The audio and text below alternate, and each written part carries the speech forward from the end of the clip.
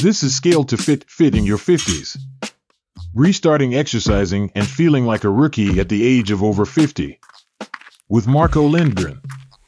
I took my microphone out for a walk to talk about CrossFit again, but now from a different angle, from the angle of us in our 50s.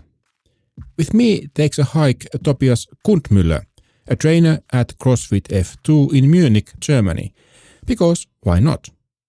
After only a couple of years, he moved from just training in CrossFit himself to helping others in their path toward stronger selves. And for CrossFit, very clear is what I like to say, don't do nothing, do something and scale it back. First, I wanted to know how Tobias started doing CrossFit. A friend of mine brought me to CrossFit. She started in our CrossFit box I think about a year before me, and she kept telling me, you gotta go to CrossFit, that's exactly your stuff. It's exactly the kind of training that you would love. And back then I just stopped with parkour because of some injuries, and there was a lot of jumping around, and I started going to the gym, and I did not really like the gym, so I never really thought about what was CrossFit. I just heard they are working with weights, so it's more gym atmosphere, and I just did not really want to go.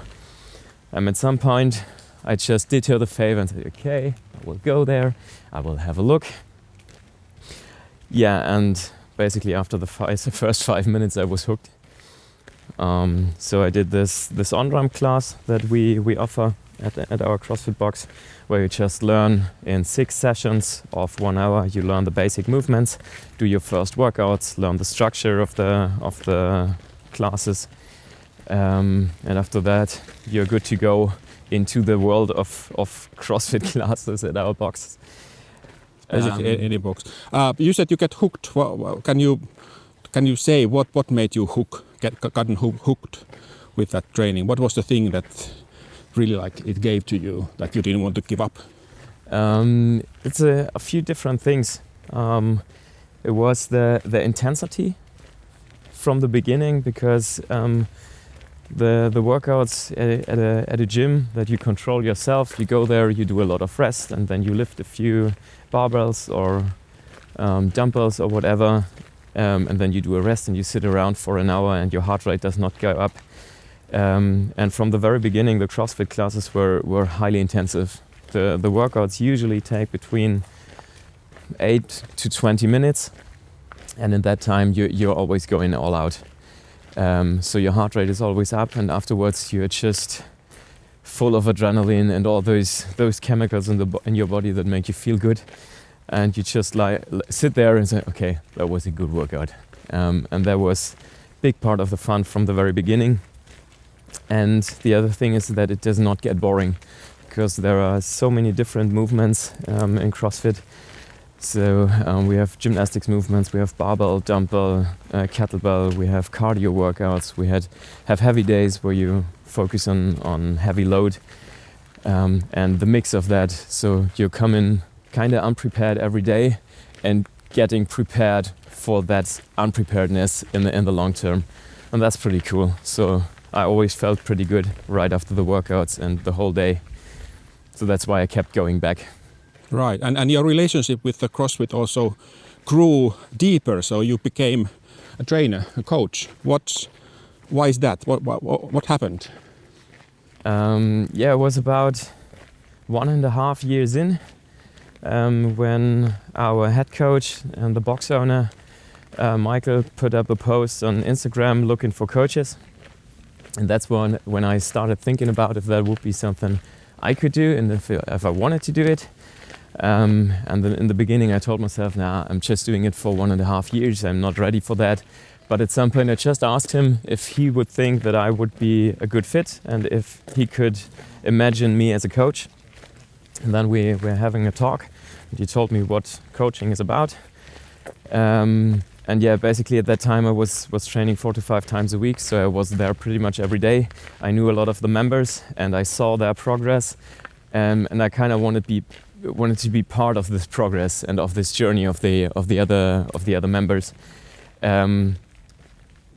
plus working with people, being creative in the classes, and yeah, I mean it works on my form as well. There are still techniques on I'm pretty sure every coach, no matter how long he or she does it, has certain movements that can improve, and the more you focus on improving others, the more you think about your own movements, and that what makes you better. You have like a best way to learn is to teach others. Yeah, kinda. Plus you have to be very consistent in your own training, and because you're being watched, you're training with the other athletes that you coach as well. So they're of course looking at you and seeing, yeah, okay, last time he corrected me, now he's doing it wrong. So that's for me a motivation as well to do it better. Yeah. What kind of people do you train? What are your, let's say, typical fellow athletes? It's a very colorful mix. It's not really age or gender specific. I mean, we have teens classes and kids classes, but those have separate classes just because they have other needs while training. And we want to meet those, but I think after 15 or 16, they can join the regular classes. And in the classes, we have a mix of beginners, advanced, almost professionals.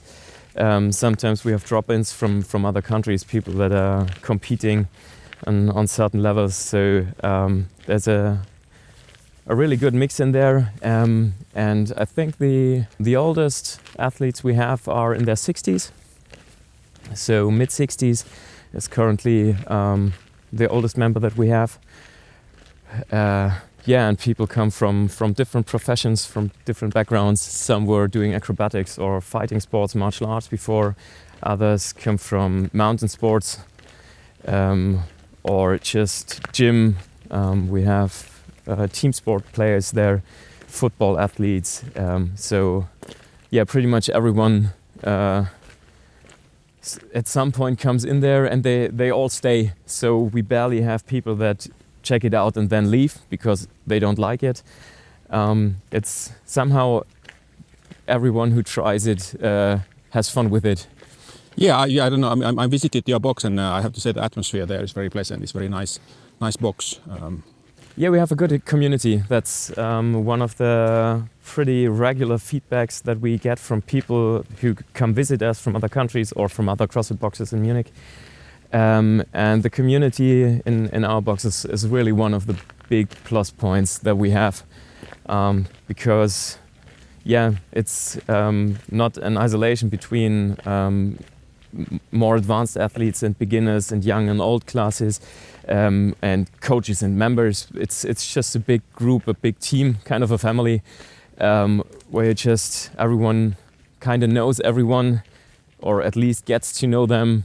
And everyone is pretty fast welcomed in the classes. Yeah, let's talk a little bit about the people in their 50s. So, why would you say it's important for like grown-ups to do resistance training? So, training with weights or body weights or dumbbells or whatnot. I mean, it's always good to start early, but no matter when you start. The more you move and the more muscles you build and the more flexible you are, the more you challenge your cardiovascular system to a certain point, the more vital you will just stay in the upcoming years. So, I mean, some people start as 15, some people start at 50, and still they both have advantages from it. So I'm not a medic, I'm not a doctor, but even when I compare now in my mid-30s myself to other people of my age who do not do sports, no matter what, or just in Marx do their regular gym training, they're getting stiff and they're getting more and more lazy and more comfortable because it's just even standing up from the couch is just a challenge to say, oh, it's so exhausting, I don't want to do this. And it's not only on the body, it's as well for the mind. Not the mind, yeah. It's a different mindset when you're used to move yourself and used to challenge yourself, get sweaty. Then at some point you can go through this no matter what it is. It is a challenge. It is a hard time. Might be at work, might be in the family, or just a long hike where you don't give up and turn around because it looks steep, but you just go there because it's fun to challenge yourself. I'm pretty sure that no matter how old you are, that's something where you can take big wins out of. Yeah, I think that was a key, that the fun to challenge yourself, that you have to enjoy that uncertainty of sort of reaching the goal, whatever you're trying, then enjoy the journey. Yeah, in a way. Yeah, I mean that's one of the bigger things in CrossFit. This to be prepared for things that you cannot be prepared for, as usually we do not post our workouts up front, so the members that come in do not know what is in front of them until they are there. So we would call it cherry picking if you know it up front and you just go to certain classes because you know I like Olympic weightlifting, so I only do the weightlifting classes. So that keeps you flexible, and that keeps you for the mind and for the body, keeps you just fit for whatever comes. And if then CrossFit athletes, I mean, I know it from friends from the CrossFit box and from myself, if you then try other sports that you never did before, you're usually doing better than people that do no sports at all, or for example just going to the gym regularly and doing bench presses, because it's bench press, for example, does not really push the heart rate usually. Mm-hmm. So, and it's also the attitude is different, right? Yeah, absolutely. So you're more open to. The good to know corner. So why is it hitting your 50s actually the perfect time to fall in love with resistance training? And no, don't roll your eyes thinking I'm too old for that. You are not. But this could be a total game changer. Once you hit your 50s, your body starts sending some not so subtle messages. You may notice you can't open that pickle jar as easily as you used to, or those stairs feel a bit more challenging. Maybe you're feeling a little more soft around in the middle than you would like. There's actually a name for it. Sarcopenia. Basically, your muscles are slowly waving goodbye, starting as early as your mid-30s. But here's the cool part. Resistance training is like hitting the undo button. Just 6 to 8 weeks of consistent training and you can start seeing real improvements in your muscle quality and strength. Pretty amazing what your body can still do, right? Yes! There are 4 major benefits you shouldn't ignore. 1. First, your bones. Especially after menopause, but also for those without it, bone density takes a nosedive faster than you can say osteoporosis. But resistance training sends love letters to your bones. Every time you lift something heavy, whether it's weights, your own body weight, or even resistance bands, you are telling your bones, hey, you need to stay strong because we've got work to do. Just twice a week can improve bone density in your spine and hips, exactly where you don't want fractures happening. 2. Blood sugar control. Your muscles are basically glucose vacuum cleaners. When you build more muscle through resistance training, you are creating more places for sugar to go instead of just hanging out in your bloodstream, causing trouble. This is huge for preventing or managing type 2 diabetes. 3. Your heart and daily function. Cardio training is good for your heart health, yes, but resistance training is fantastic too. It lowers blood pressure, improves cholesterol levels, and reduces inflammation. Plus, it gives you functional strength. Getting up from chairs, climbing stairs, and carrying groceries all become easier. 4. Your brain and mood. Resistance training isn't just physical, it's also mental. It is actually like brain food. Better memory, focus, and cognitive function. Plus, it's great for your mental health. It brings real improvements if you are suffering from depression or anxiety symptoms. There's something powerful about lifting heavy things that makes you feel like you can handle whatever life throws at you. As I mentioned, in your 50s, your body starts playing a different game.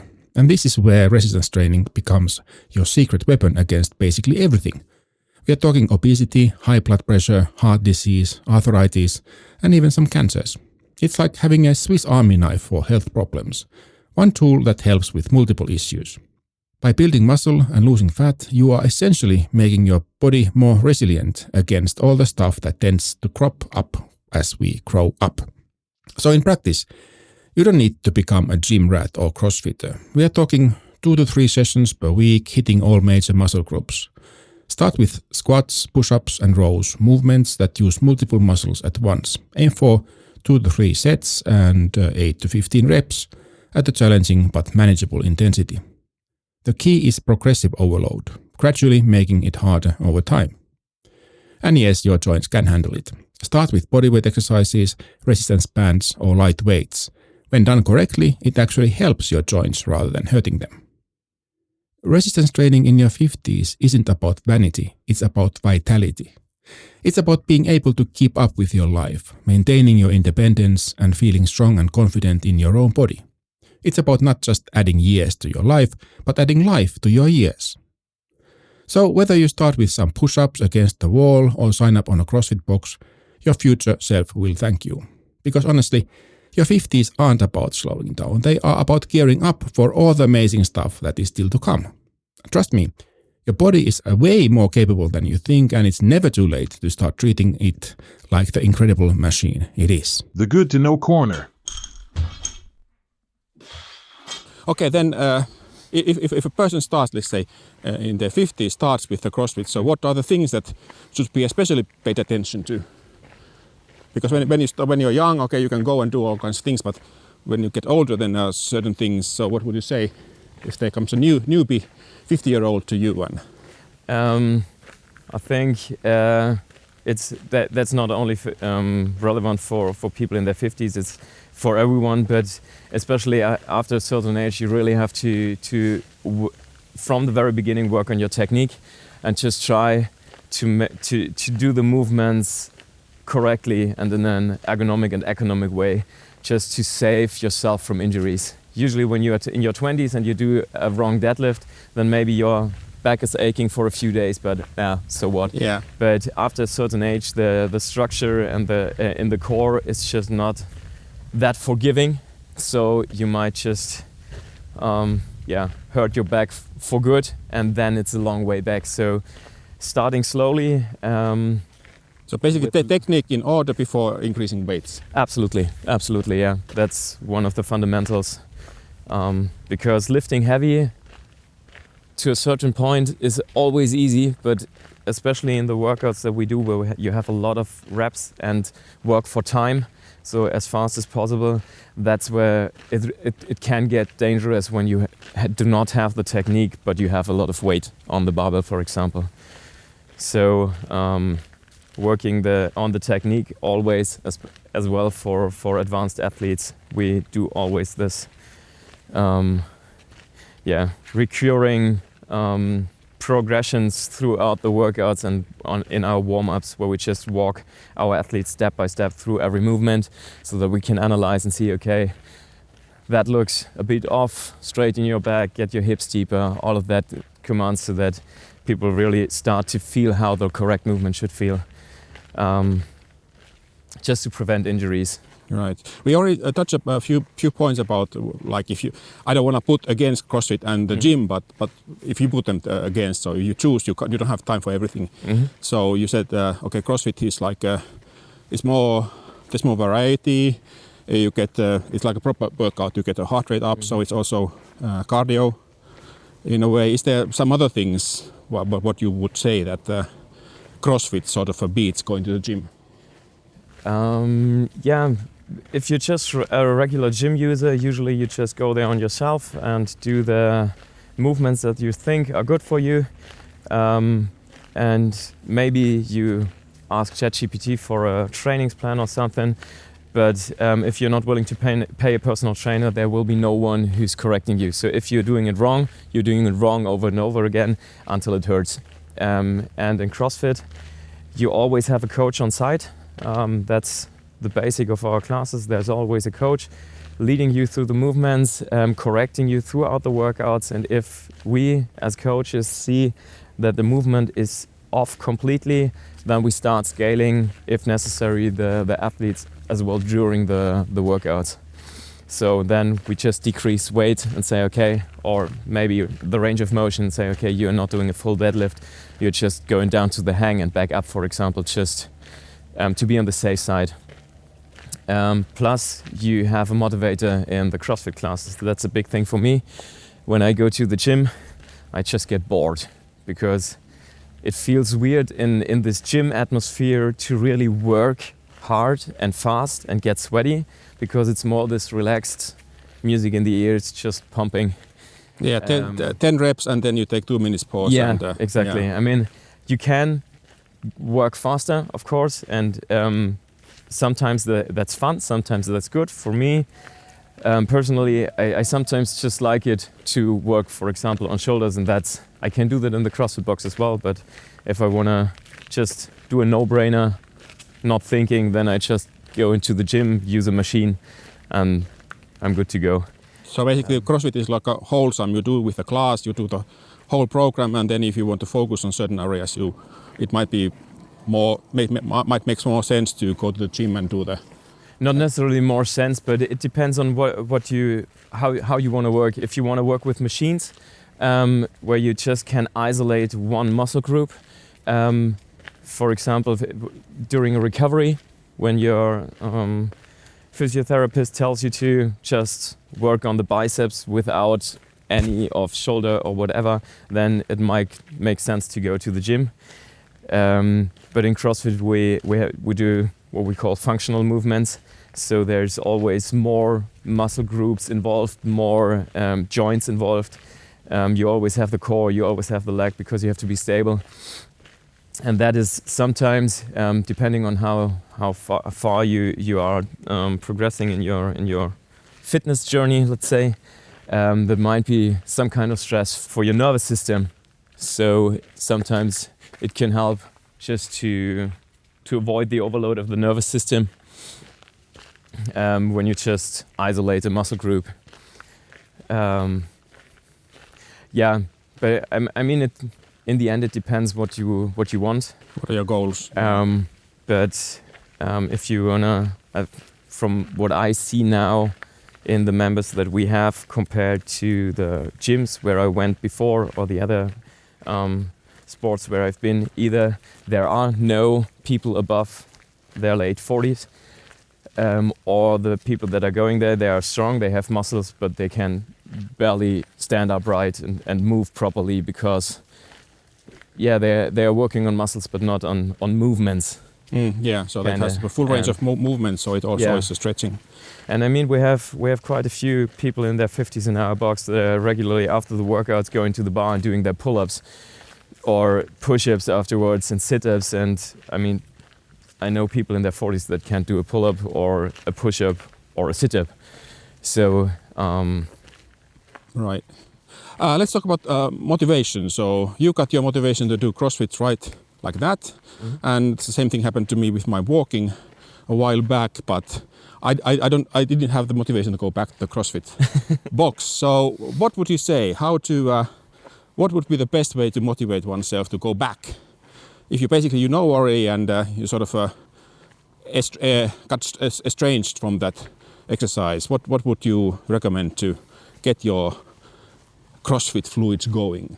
What definitely helps is if you're a community type of person, then getting involved in the community. That helps a lot of our athletes as well. Just when they arrive the first time, they're a bit shy and standing around and not, I'm doing it wrong. And then just after the third or second time, when you see, okay, somehow everyone is doing something wrong and they all work together, and when one is ready with the workout, he's cheering on all the others just to finish, and that pushes that sense, okay, you are suffering in a way together. That's what I learned helps a lot of people to come back to the point where they really start liking the movement. I mean, we have a lot of people that are just coming because someone told them to, girlfriend, boyfriend, whatever, come along, let's do this. And they, yeah, okay, I don't really like this. I don't want to challenge myself. I don't want to work heavy, because they're just not used to this. And when the community is pushing in that direction and you start tracking your scores and then start seeing the first improvements, that helps a lot. So we have an app where we track our scores after every workout, for example, times or reps, so that you can compare yourself to your previous self or to the others in the box, and you see, okay, that one started around the same time as me, and he's making progress, I'm not, so maybe I have to come back more often and work more on this. Or you compare yourself to 2 weeks ago where you did deadlifts as well and you have 20 kg more on the bar and say, yes! So this score tracking and the community are two big motivators, I think, that can help you just keep pushing and coming back. Weekly challenge. So why don't you check out the schedule and book a trial class in the box near you and take a sniff of the atmosphere? Just go, try it out. You might find a lot of new friends and a new home for your exercise. And remember what I like to say, don't do nothing, do something and scale it back.